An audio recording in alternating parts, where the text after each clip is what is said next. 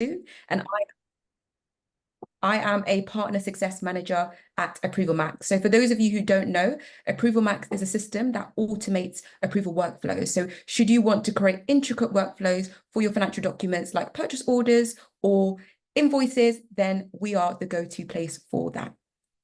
So just before I start, I'll just cover some quick housekeeping rules whilst people trickle in. As you're joining, please let us know in the comment section below where you are joining from. Are you based in Nairobi? Are you in Dubai? Are you in London? Let us know in the comment section below. So this session is being recorded, and following the webinar, we will circulate all recordings as well as each and every one of our details. So should you wish to contact us, you can. This session is very much for all of us, including yourselves. So if you have any comments, please do interact with us in the chat function below.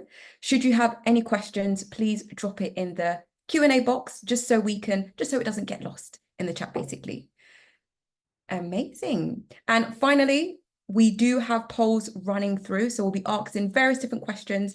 Please interact with us. Let us know your thoughts on all the questions that we pose, because this could really help us tailor our answers to the session, essentially. So on that note, I'll pass over to the amazing Jodie to introduce herself. Hi, everyone. Thank you so much for having me on this webinar. I'm really excited. So just a bit of background about myself. So I'm a chartered accountant, so accountant by profession. I used to work in audit, and I saw lots of big companies and, their controls and their reporting. So very passionate about this topic. And I now work at Syft Analytics, which is a management reporting and analytics tool. And yeah, I'm based in South Africa. Thank you, Jodie. And passing to you, Jim. Yeah, thanks, Miriam. And yeah, thanks for having us on. My name's Jim Leeves. I am same chartered accountant. I trained at a very traditional firm in the southeast corner of the UK, near Canterbury. And now I set up a firm called Shapes, which actually combines accounting and marketing.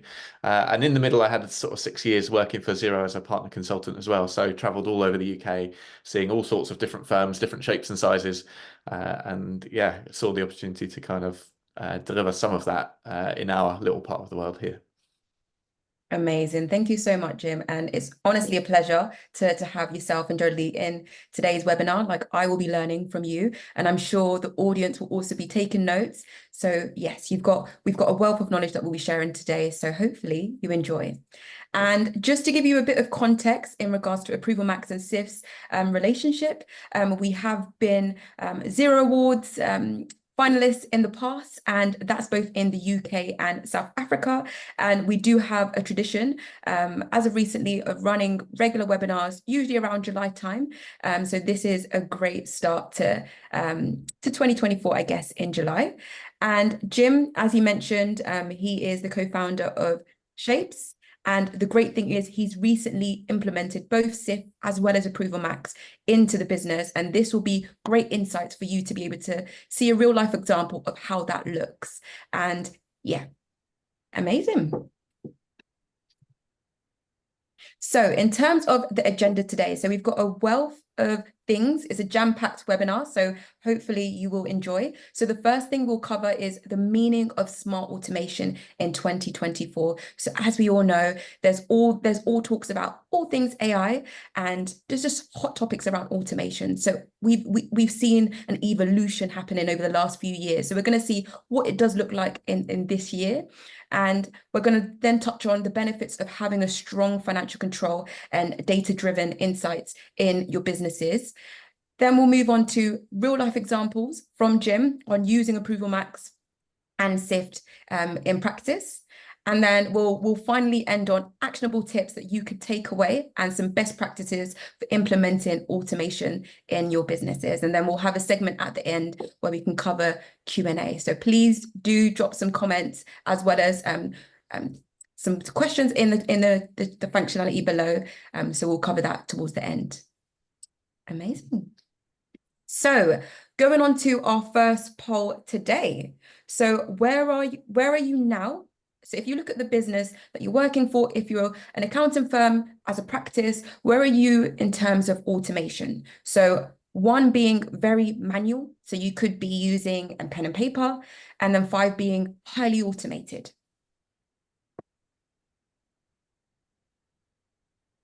I love this bit when we can see all the answers trickling in. It looks so cool.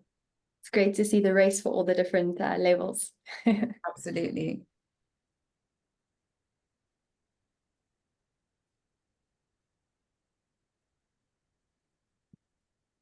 Amazing. Thank you for all your contributions. So, I mean, jokingly, Jim, you could already see that people are sitting more or less in the middle. So, I guess if in terms of the free bracket, 48% of the audience are in the middle. So they may be highly automated, but they may be doing some manual things. So this will be good for us to share some tips around that. So thank you so much for your contributions there. Amazing. Oh, I do apologize. And the next poll today is, which processes do you find the most challenging at the moment to automate?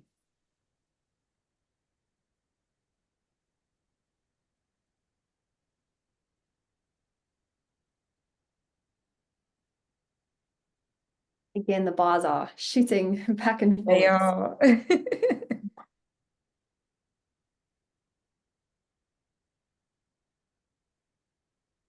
Really makes you think, is that there's the question of, oh, it depends. Absolutely, yeah, yeah. The big one is a challenge. It's and you could already see that quite a bit of it is around reporting and analytics. And for those of you who have put other, please do share it in the chat box below if you're happy to share your input.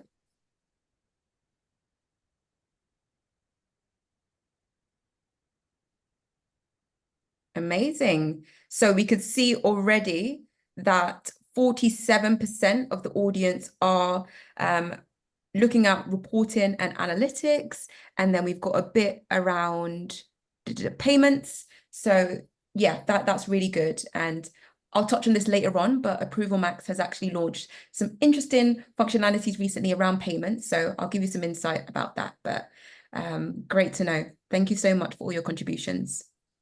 And I'll just share the results. Perfect. So you could all see that there. Perfect. So moving on swiftly to the next. Yeah, so I'll just stop sharing my screen and then we could all have a discussion on the next area. Bear with me 1 second.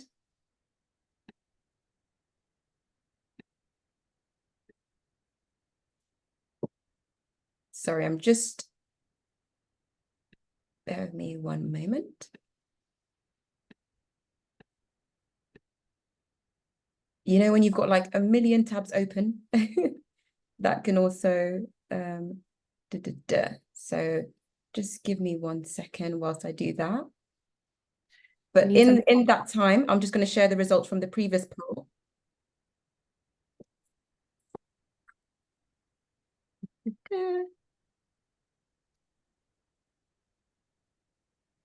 Amazing. Perfect. So thank you so much. And apologies about that. When you've got a million tabs open, it does take time, but great. So moving on swiftly to our first topic of today. So Jim, just a question for yourself. So having recently launched Shapes, which is phenomenal. I've looked into Shapes and you are very much an innovative business and very forward thinking. So please do talk about Shapes at the moment and how things are going with your approaches, just in regards to smart automation in 2024. Yeah, nice. I think like starting a business last year was all about ChatGPT was massive last year, wasn't it? So people just got really into, oh wow, the opportunity to do things a lot smarter, a lot cleverer.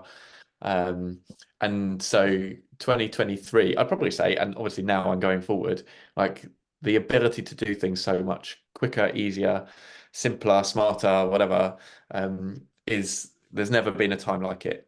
And we're on that verge of like the digital revolution probably started 10, 15 years ago, cloud accounting like 2011, maybe 2012.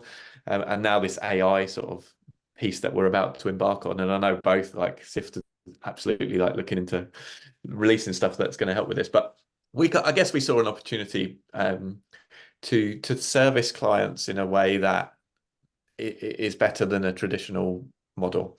And it's been said for a long time, I think, like accountants aren't compared to the accountants down the road anymore. They're compared to Uber and Amazon and all these tools that just kind of work. And there's a huge part of that that's people focused as well. The other thing that we're a massive believer of is the power of team. And so partly we want to build a team ourselves, and see that done well and see culture done well and everything. But also it's about how we work together with our clients too. And so we've combined kind of a digital marketing expert, who's a friend of mine I've known for a long time, and digital accounting into one business. And so we've got some clients that come to us just for accounting, some that come to us just for marketing, but those ones that we absolutely love working for actually come to us for both.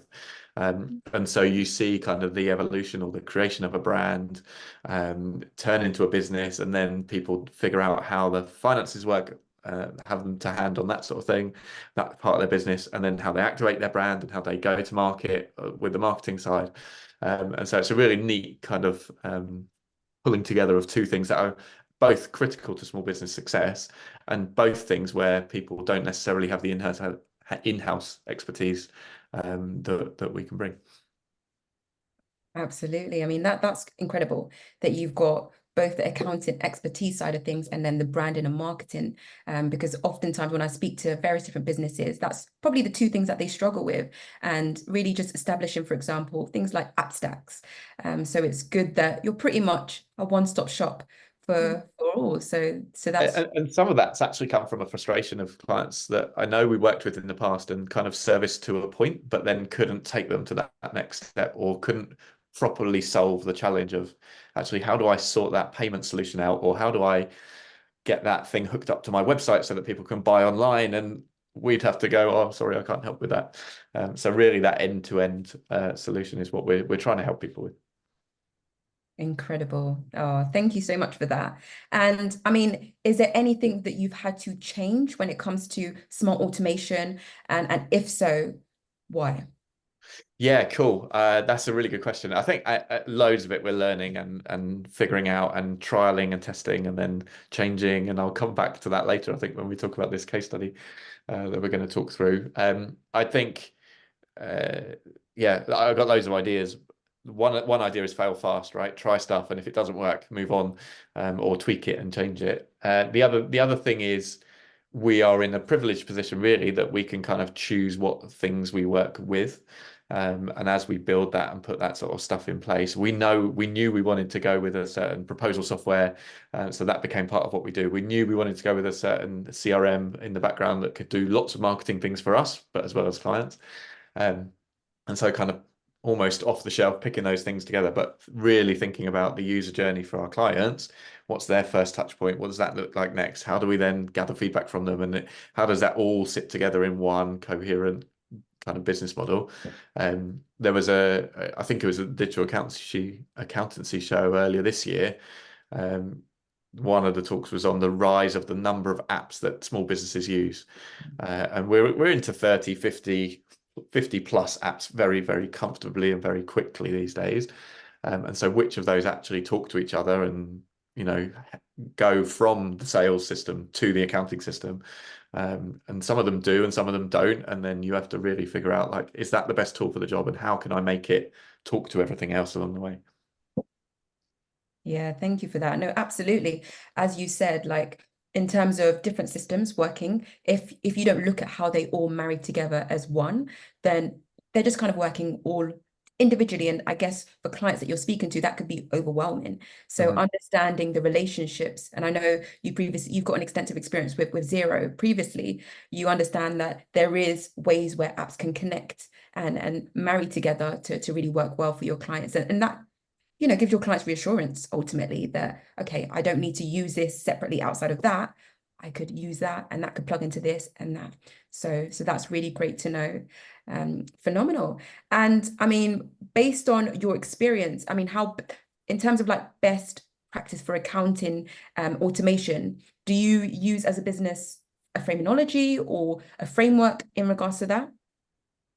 Yeah, this is a cool question. I've got like, I think prioritizing and understanding, like properly understanding the requirements, but also making sure that that is built to last is really important. So like, I'm always thinking anything that we do at Shapes, I'm thinking, is this going to work with a team of 10 or 15 or 20 of us? And can it scale with that? And can we add people into that? And is it going to work with that product over there that we also want to use one day?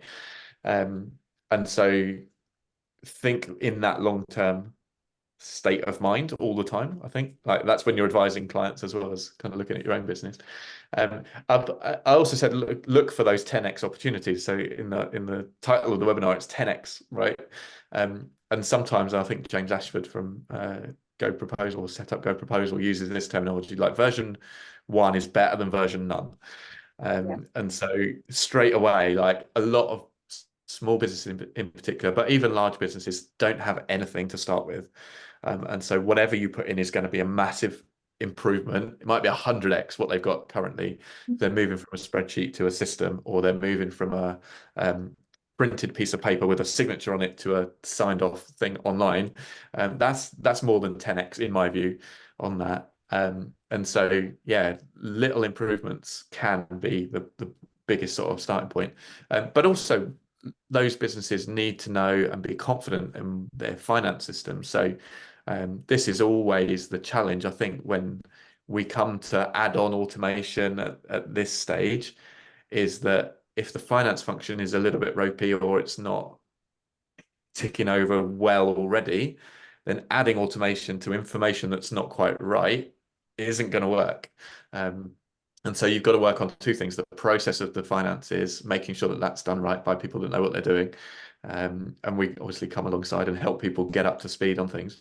And once that's in place, then the automation can really sort of take it to the next level too. I probably wrote some other bits down, but yeah, they're probably the two biggest ones. Other than just to add in that so many people that we speak to and I've spoken to, and even like a silly example, it's not a silly example, but my mum ran a preschool for years, and she used a horrible piece of old software, didn't like it, and eventually, after many years of dripping the talking about Xero so much, like she went onto Xero and she went, oh, I just wish I'd done this sooner. And so with lots of automation and reporting and different systems and change, people often then go, I wish I'd done this sooner. And it's our job, I think, as advisors to help them kind of have the confidence to go and try that thing sooner. Yeah. Yeah, Jodie, does that resonate with what you're seeing? So much.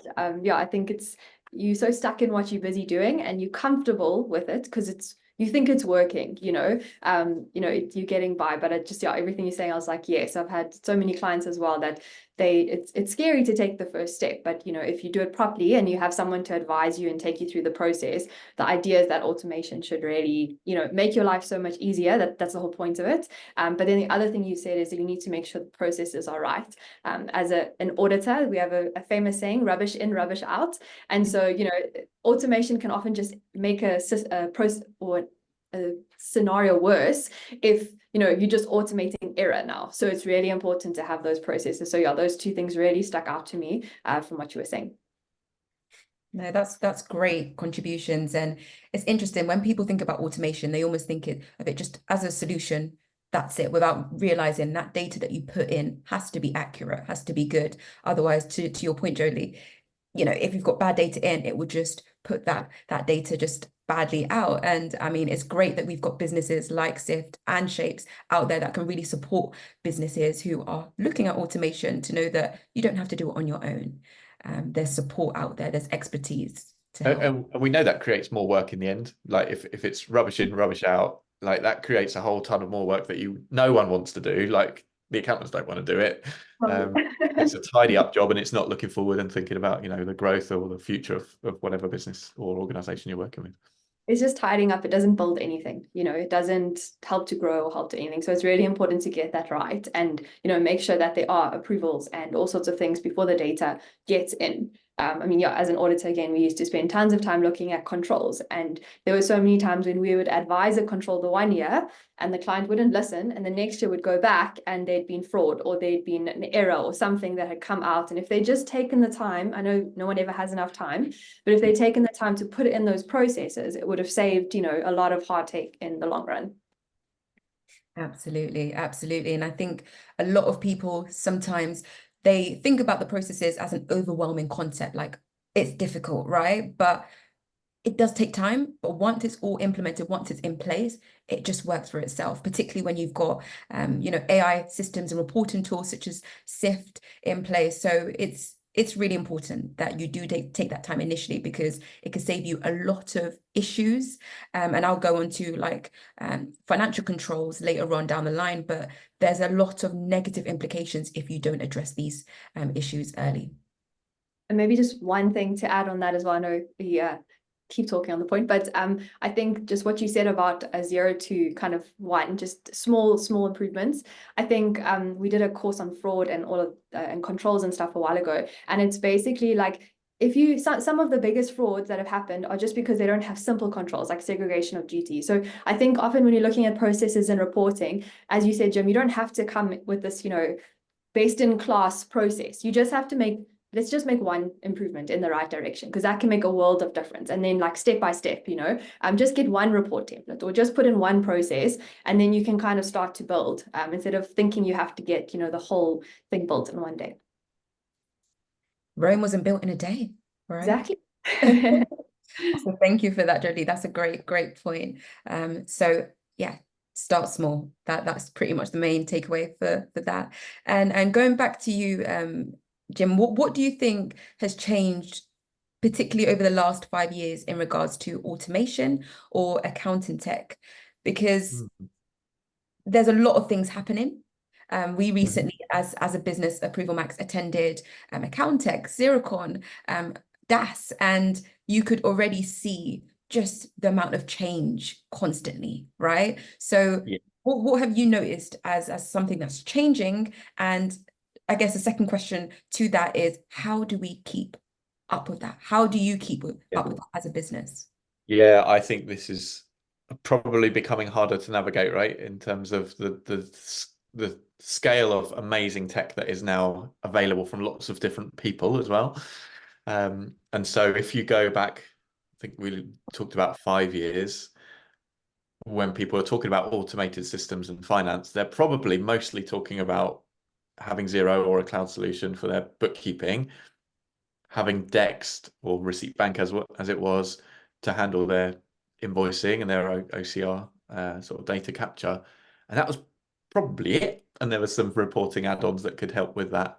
But these days, the number of businesses and solutions out there that will not only deal with invoicing, and banks are part of this as well. I would say part of the problem at this stage, probably, rather than part of the solution, because they offer the ability to raise an invoice. They offer the ability to capture a receipt, and then payments as well. So like traditionally you go to your bank for payments, but now you can raise your invoice and you can raise a receipt, and then where's your bookkeeper and where's your trial balance and your actual tax that needs to be reported at the end. And so I think we're in this phase at the moment where there's lots of businesses that are saying, actually, we can do end to end for this process. And then fewer that are going, hey, this is where it needs to land at the end. And obviously that's where your bookkeeping solutions come in and things. So I think it's really hard to navigate at the moment, I'll be honest. There's lots of stuff that pops up and you go, oh, that looks really cool. Let's have a little play over there. But I think for accounting firms, for sure, they need to know who are the key players that are going to be around for a long time and who are established, and who definitely will work alongside other tools and technology. I think with both ApprovalMax and Syft, obviously, as award-winning firms, there's a lot of confidence that you can get from both of those, both of your products. And I know they work as well, so that's amazing. But I do think genuinely, if you don't have knowledge of the industry and you go for a quick Google on how do I do this, you'll come up with all sorts of stuff. And so being able to piece that all together and going, actually, like, this solution is going to work for this reason, and this is why we want to use it, is why you bring advisors in to kind of look at that stuff. And that's because they've seen lots. And I don't think accountants necessarily understand how much they know about how different businesses run and which ones run well and which ones run not so well. And that was part of the reason why I did a bit of a career change, I guess, middle of my career, was because we did a lot of offering clients the option of, you go and choose, what you think's best for you. And I was a little bit more on the side of the fence that said, actually, we know what's best. Why aren't we making sure that this gets implemented? And so that's kind of our approach. We know, we probably know on a lot of scenarios where we go into what we think might work. But like I touched on that first question that we talked about, until you actually ask the question and properly understand where people are going and where they're trying to get to and what their challenges are and what people are going to be using those systems, then you can't advise 100% confidently. Absolutely, absolutely. I mean, it's interesting. It's because even as a software ourselves here at ApprovalMax, every client that we deal with are different. And you got, as you said, Jim, you've got to really tailor the advice to them. But equally, if you've got that insight into what's going on in the market, which apps have that credibility, which apps do work, whether it be Syft, ApprovalMax, then you can give them that confidence to say, okay, these are the apps that I know work, and this is what I would advise. But equally, another client may have a different requirement and need, but it's good that you can be flexible and just give each client the best solution that's suited for them as a business. And it's saving them time, And we've got to collaborate more, I think, as an industry on that. Like that we're fortunate enough to be part of a group on Slack that's lots of firms and innovative firms and digital firms that are always throwing in, like, oh, has anyone worked with this, or has anyone tried this before? It's like, get the insights in the background from people that have been there and done it before, so that you can either help clients yourself, or you can refer and get the job done by someone who actually knows what they're doing a little bit more. I'm all for collaboration within the industry. I think I can speak to that as well. Again, when I was at an audit firm, you're a bit isolated. When I kind of joined Syft and I started going to events and meeting other accountants and accounting practice, I realized there's this amazing community out there, and we all have different insights and we can learn from each other. So often at events, my favorite part is just chatting to other accountants, because you really kind of learn, what tools are working for them. And as you said, each business is different. The level of digital skill of your users as well are different. So it's really important to understand, what the client's going to be doing with the tool, how you can train them, how to implement them, because it's all very well having an amazing tool, but if it's not, implemented correctly, or not kind of, trained correct, the team's not trained correctly, it's not going to work. So yeah, very important. Amazing. Thank you so much for that. And there is support out there. I love the point that we're touching on just in regards to collaboration. We're not on our own. So yeah, join your group chats, join your WhatsApp channels to ask these kind of questions, because yeah, we're pretty much all in similar boats. So that's good. That's good to know. Thank you. So I've got one other practical tip, Miriam, for like people that I guess are thinking about how do they charge for these types of services, which is like what we've done and managed to be successful positioning, is that we charge for the discovery work that we do. So someone comes in and they've got an idea of where they want to get to.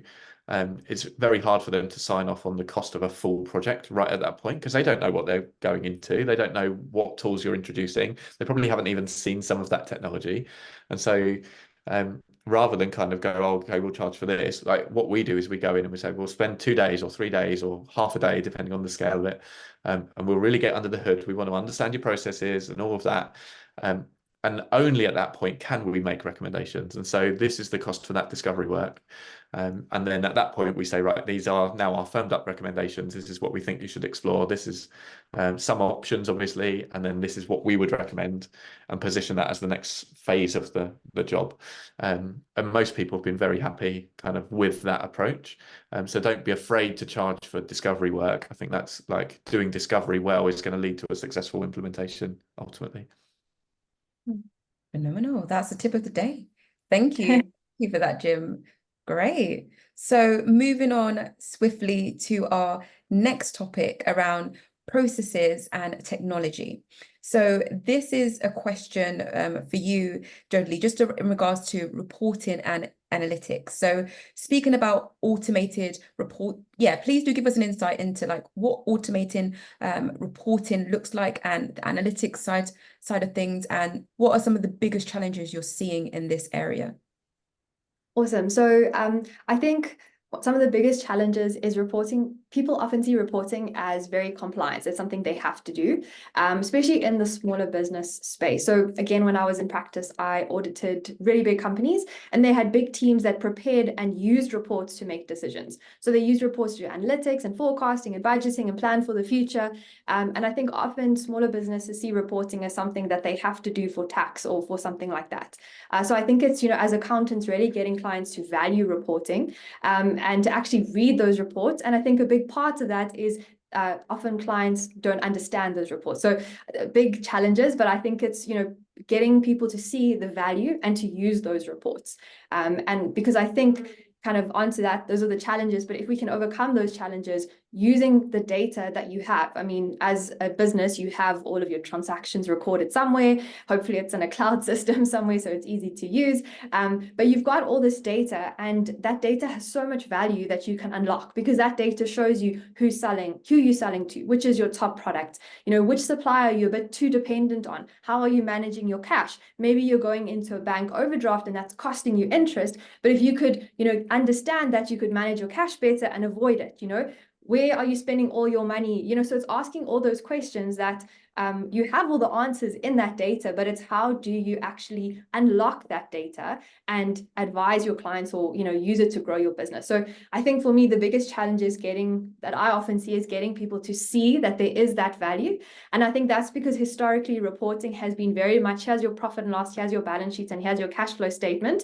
And unless you are an accountant, those statements don't necessarily mean much to you. You think, oh, I learned this in high school and it was very hard and very complicated, so I don't want to look at it again. But it's as accountants saying, how can we tell the story of the business through whether it's graphs or meetings or whatever is going to help the business owner understand that these reports are not just a grudge purchase. I'm not just paying my accountant every month for this management report that someone told me I need. It's that I'm actually paying them to give me amazing insights that are going to help me grow my business and make decisions. So I think it's overcoming that challenge. And maybe just the last thing, I think it's, it's changing. We've spoken that there's lots of change in the industry, but I think it's changing business owners' mindsets and also getting them helping them be open to accepting something that looks slightly different. Often we get clients and they say, I have this report and I want it to look exactly like this. And you might have something better in store for them, but getting them to kind of accept that is also a bit of a challenge. Yeah, that's great, Jolie. I think there's definitely that education piece to it, and that, I guess, value selling to ensure that they understand that it's not just X amount in terms of pricing. This is the impact it can have on your business, and having that visibility, not just on profit and loss, but if there's any real insightful data points that businesses can pick up from to dictate, for example, how they navigate moving forward, then it can literally be life-changing. So I think, to your point, it's so important that there's a lot more emphasis about the importance of reporting and really understanding your business using data. Yeah, I couldn't agree more on that. And some of those things around, like, in fact, we talked about this on the Syft product update yesterday. Like, no one wants to buy management accounts. Like, no one.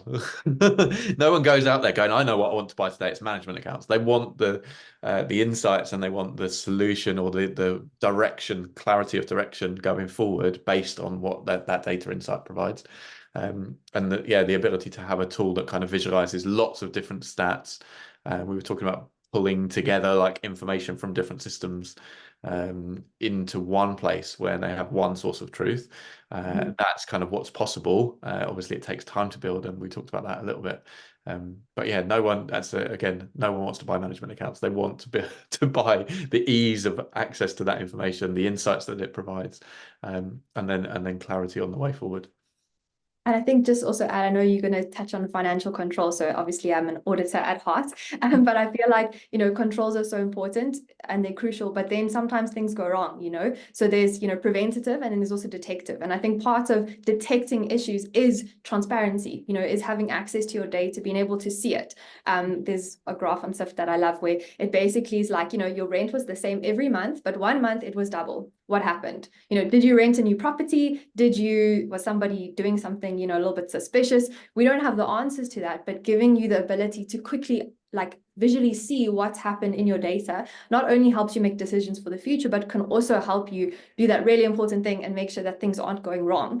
Because otherwise, if you only look at this once a year, maybe you get audited, by then it's too late. Often when I was an auditor, would come in 12 months later and yeah, we found an error, but now that error had been happening for 12 months, or someone had been siphoning off some money for 12 months. You don't want to wait that long. So I think that's another reason it's so valuable. Yeah, that's so great. It's almost like prevention is better than cure, right? 100%. So Yes. using data to your advantage to make informed decisions as business owners, and yeah, not have to wait until the time you're being audited to think, okay, what if? So it's great to know that there's software tools and just like Syft to equip businesses with the right insights, just so they're not making decisions blindly. Exactly. I want to know if my rent is going up, if I'm, renting a commercial property as a business. So yeah, this is great. This is great to know. Thank you so much. And just going back to processes and technology for yourself, Jim. So are there any processes at the moment that you think are challenging at the moment? For us as shapes, or Yeah. for the clients we're working with, yeah, for us, I think we're still trying to, I guess, figure out some of the best ways that we can bring clients on board and then automate the invoicing. And so like a chunk of that is done. And so yeah, when it comes to we have our invoices set to most of our clients pay us monthly. They go out on the 1st of the month. We collect on the 8th of the month, so we give them 7 days to pay, and that all happens via our proposal software, and then Go Cardless collects the money. So a lot of that, I don't even need to think about it. I just wake up and it's the 1st of the month, and the invoices have gone, and we get paid later. But there are other parts of that process, and definitely in the background, there's some workflow management stuff that we're working on. We need to figure out how practice management works alongside that. Which we're in the middle of figuring out at the moment. We're probably at the size at the moment where approvals aren't a massive challenge for us, because we sit in the same place and we kind of, yeah, we're spending on that. Yeah, great, let's go.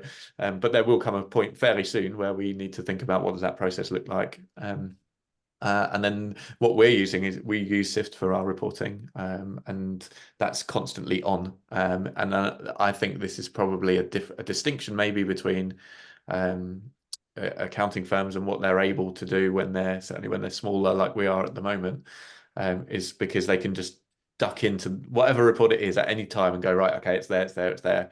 I'm happy with that.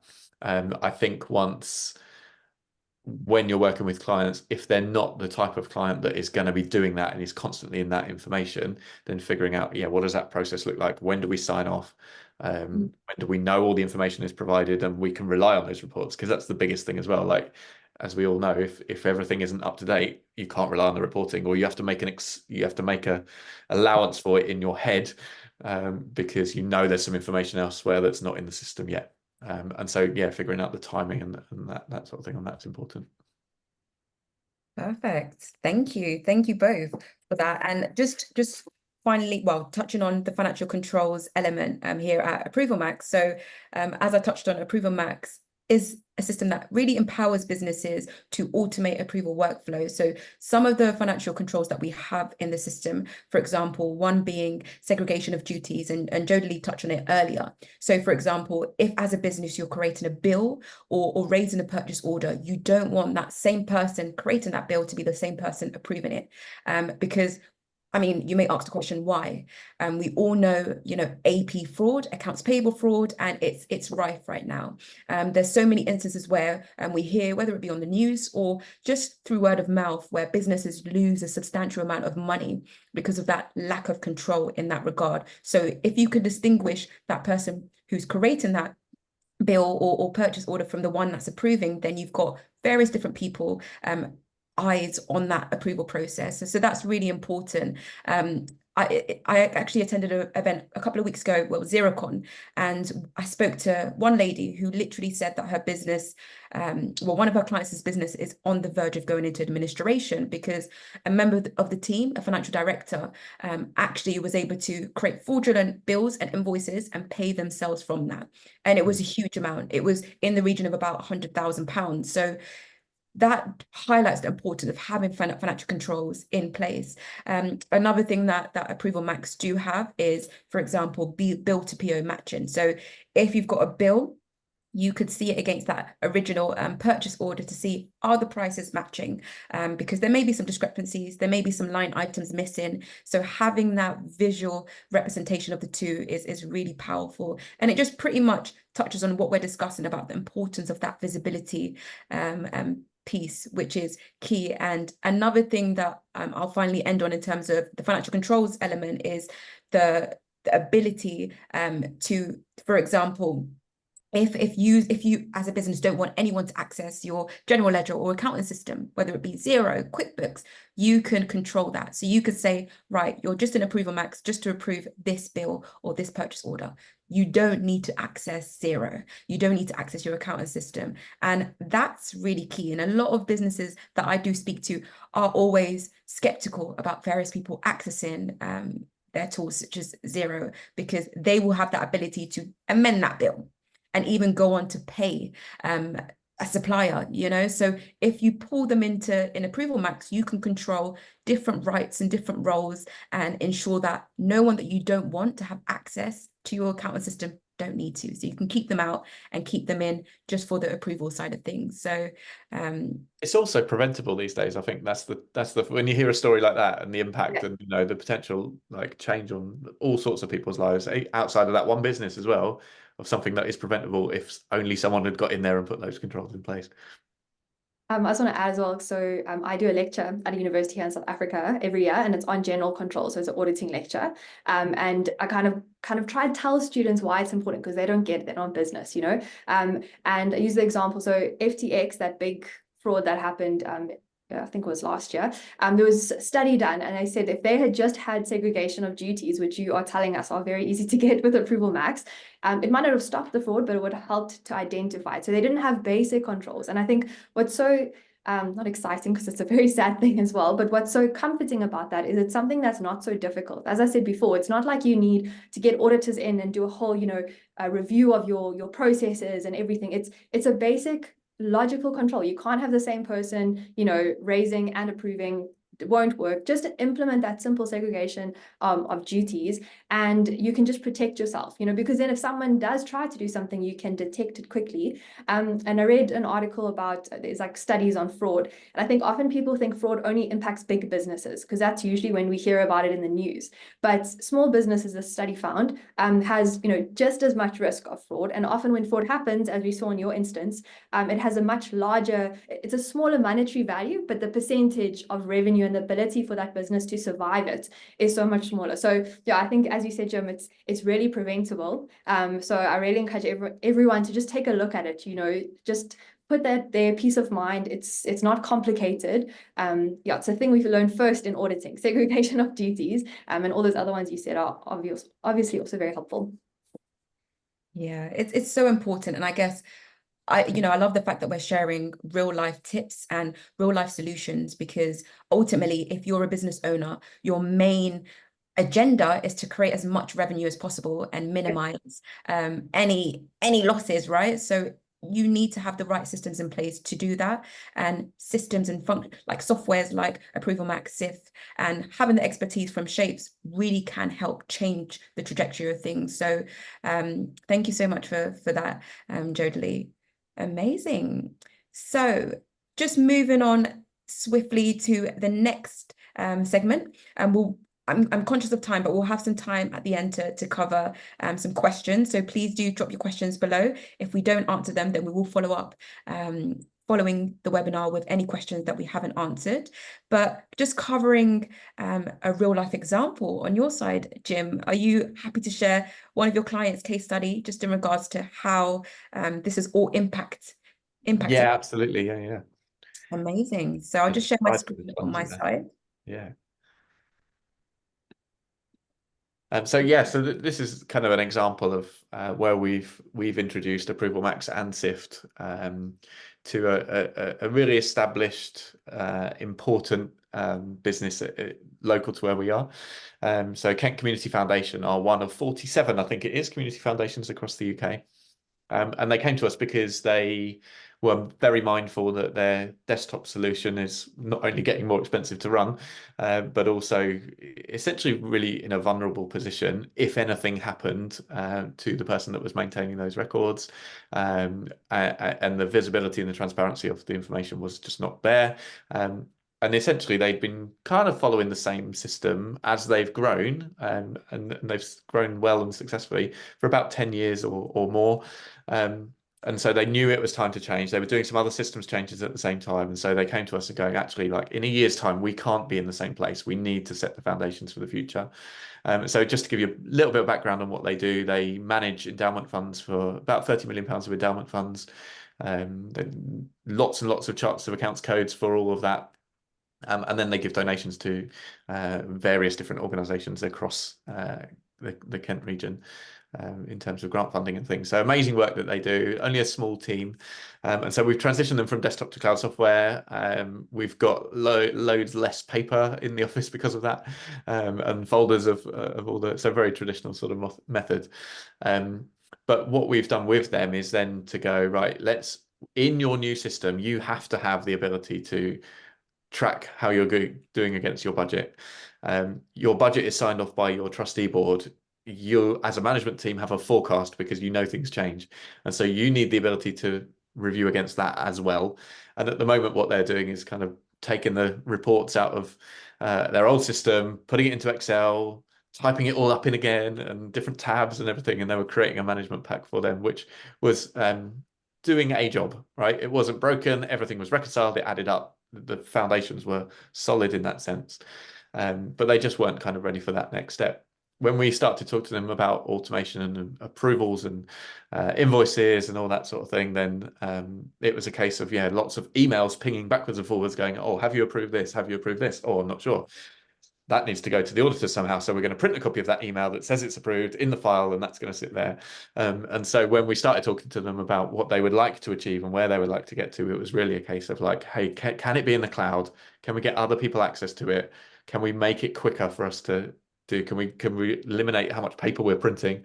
And all of those things. And the answer is yes, we can, right? And so we have took 3 or 4 months working with them every single week, making sure that the finance team know what they're doing, that they're confident with what they're doing, that everyone else who is brought in, who is approving things in ApprovalMax that don't need access to Xero, like they're doing their bit and they know what they're doing. And so we've scoped the whole lot and put that in. And I think change management is absolutely key to this. So at the start, we were sat down and we go, right, what does good look like?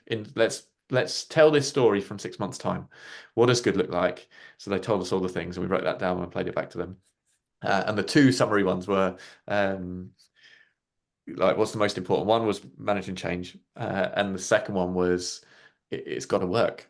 And so I spoke to the person in charge of the finances yesterday, and I'm going to see him on Monday again. But in a very kind of what's the right way to phrase it? Kind of, I said, how are you getting on with everything that we've put in? And she said, yeah, it works. In a really positive, like, I was nervous about this. I've done the same thing for a long time.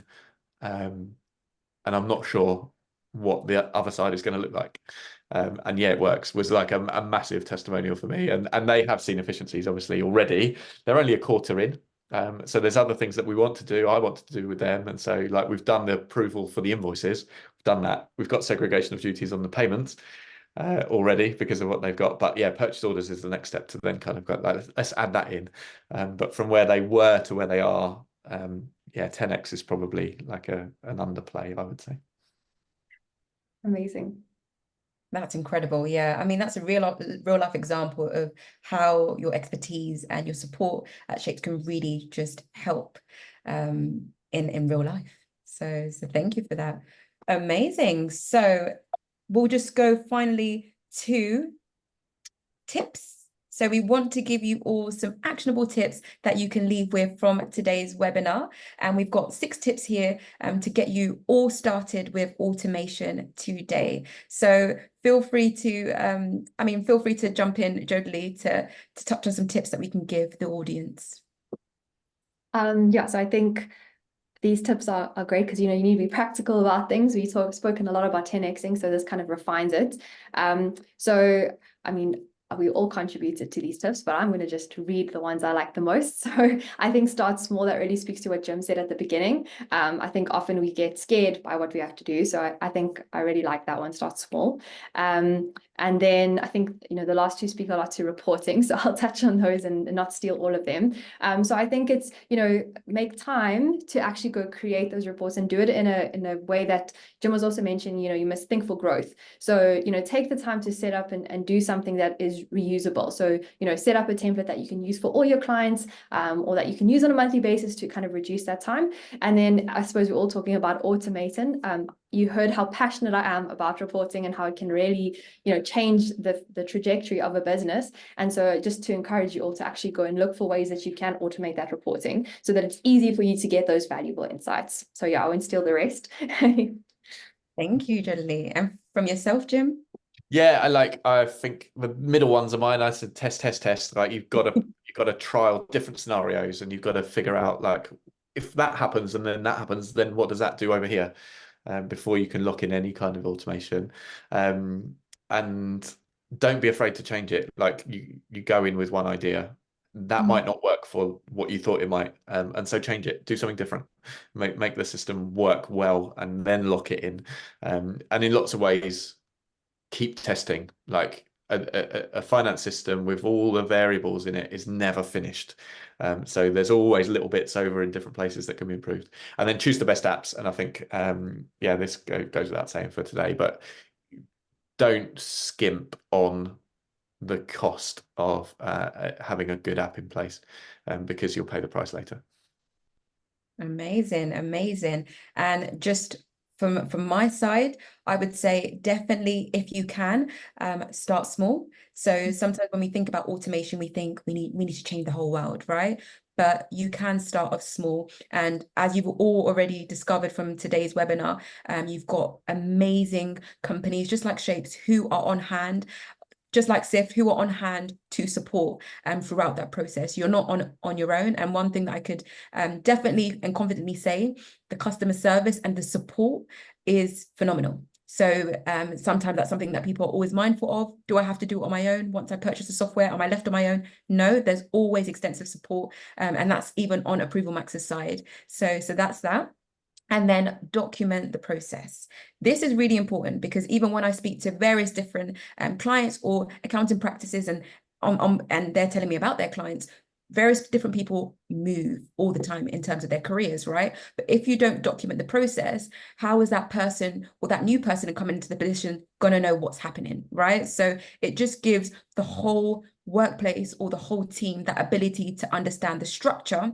And if they need to make any iterations or any changes, it's all documented. So that's what I'll end on that. And we've got a few more minutes and we've gone slightly over. So I do apologize to anyone who stayed, but I'm sure that you've taken a wealth of information from this. The last final bit is just me asking, are you interested in learning more about ApprovalMax and Syft? Let us know in the chat and using the polls.